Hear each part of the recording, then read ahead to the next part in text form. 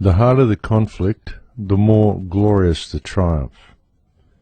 I love the man that can smile in trouble, that can gather strength from distress and grow brave by reflection.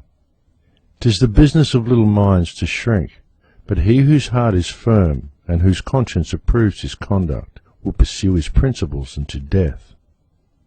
And that was said by Thomas Paine. Welcome to Surviving the Matrix, ladies and gentlemen. My name is Maxwell Egan. It's a pleasure to be with you again, and I'll be your host for the next hour.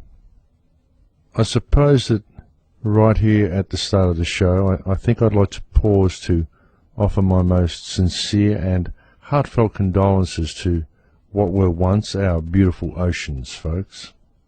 The damage that has been done to our oceans, these life-giving ecosystems that are so rich with such a diversity of life and abundance. These ecosystems that have been casually turned into our rubbish dumps and our cesspools and playgrounds for ecological destruction and for the murder of aquatic life. It's funny, isn't it? Even with all the knowledge that our societies possess of ecosystems and the environment, our societies and the corporations and corporate interests that run them have continued to tread a methodical and unfaltering path of destruction upon our world, and most especially upon our oceans. And it's been done so in what has been an almost nonchalant and offhand kind of way. And so now, in acknowledging this perpetual trend of wanton destruction that has been adhered to in regards to our planet by these corporate interests, and most especially has been adhered to in regards to our oceans, which these corporate interests have traditionally viewed as some type of bottomless rubbish pit, it should really come as no surprise then to see that these same corporate interests have now very much exceeded themselves with the explosion and collapse of the Transocean Deepwater Horizon oil rig in the Gulf of Mexico, and the ensuing oil spill that occurred and that now over 2 weeks later is continuing to occur. The oil spill now covers an area of approximately 20,000 square miles and continues to grow, and oil is continuing to pour out at a rate of at least 5,000 barrels a day from the now open well hole that has been left in the ocean floor. The well that was drilled beneath the Deepwater Horizon oil rig is a little different to most oil finds, folks.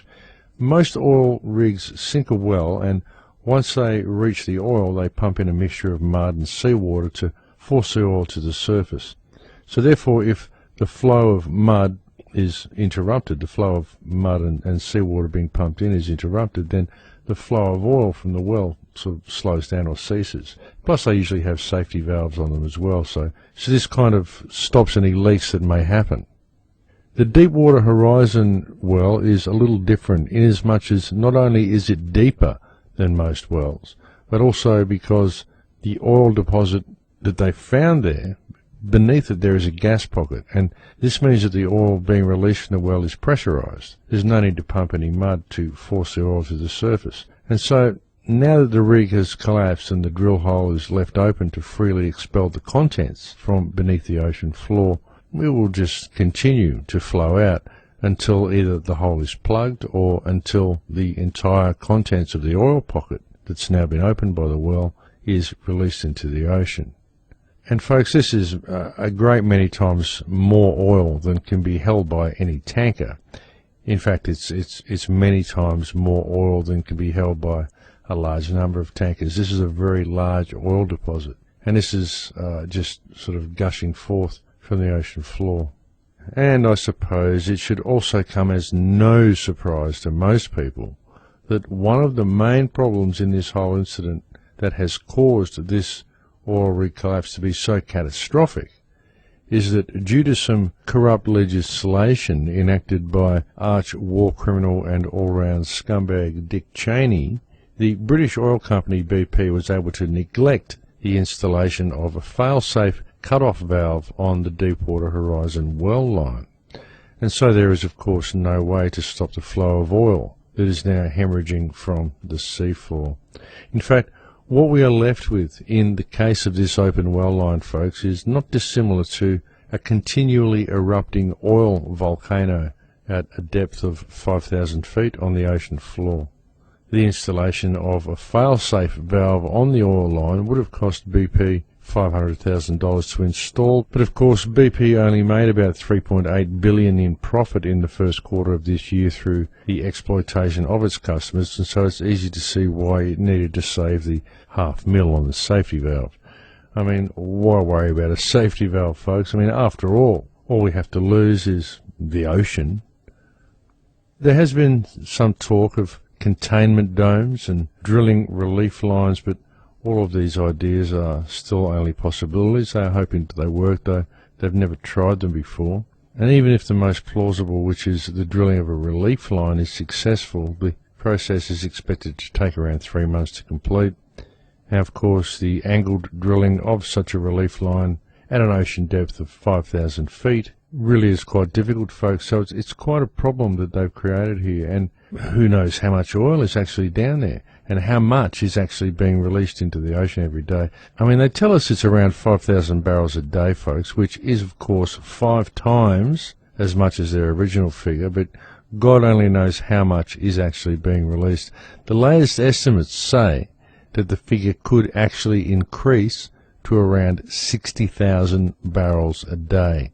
It actually may already be releasing 60,000 barrels a day. And this wouldn't surprise me at all, even though they've said 5,000 barrels a day. I mean, personally, I can only really appraise companies such as BP by their track record. And frankly, I'm just too used to being lied to by these corrupt, profit-based multinational corporations to really believe anything they say anymore. And I really can't see why they would start telling the truth now all of a sudden. In fact, in the case of a disaster such as we've seen with this oil rig incident, I would very much suggest that they would almost be falling over themselves in order to obscure the real facts from the public. Yes, they've very much exceeded themselves with this one, folks. You honestly couldn't script a better man-made disaster. You really couldn't.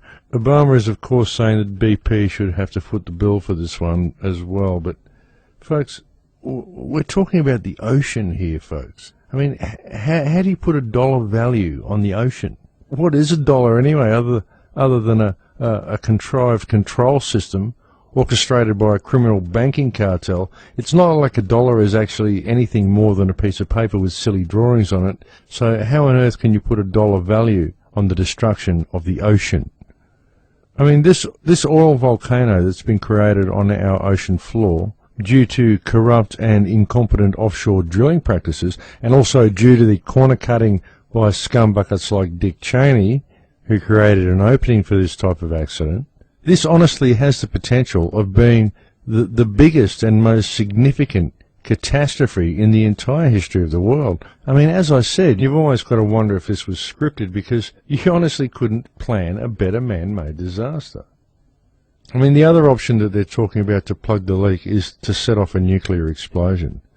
I mean, sure, maybe a nuke could work, but as it's in the ocean and nothing like this has ever been done before, it could also, of course, simply contaminate the entire area and make the leak a lot worse. They just don't know. And how could they? Because, I mean, an event like this is unprecedented, folks. They did have the gas line in Russia a few years ago, but that's nothing like this. So this really is a big one, folks. I mean, the pure idiocy and dysfunctional brains of these people never ceases to amaze. I guess all we can ask is that everything is done that can be done to fix this problem, and then when it's fixed, we need to launch some type of investigation. We need to find out which criminal scumbags at the head of these companies allowed the corner cutting. We need to hold these people accountable, folks. I mean, everybody. Look who the main shareholders are. And Dick Cheney for providing the opening for this to occur. I mean, Dick Cheney, what is it with this guy, folks? He's like some kind of reoccurring disease or something. Just when you think he's gone, he comes back and bites you again. I mean, almost every time some type of terrible disaster or blatant piece of corruption or something majorly bad comes up, every time we see something like this, we sift through the debris and we find the name Dick Cheney somewhere in the rubble. I mean, this guy honestly is like some type of reoccurring disease. Dick Cheney, I mean, he's such a scumbag. I mean, people think that figures like Adolf Hitler and Ivan the Terrible and Dracula are bad, but that's only because they have never actually looked into Dick Cheney.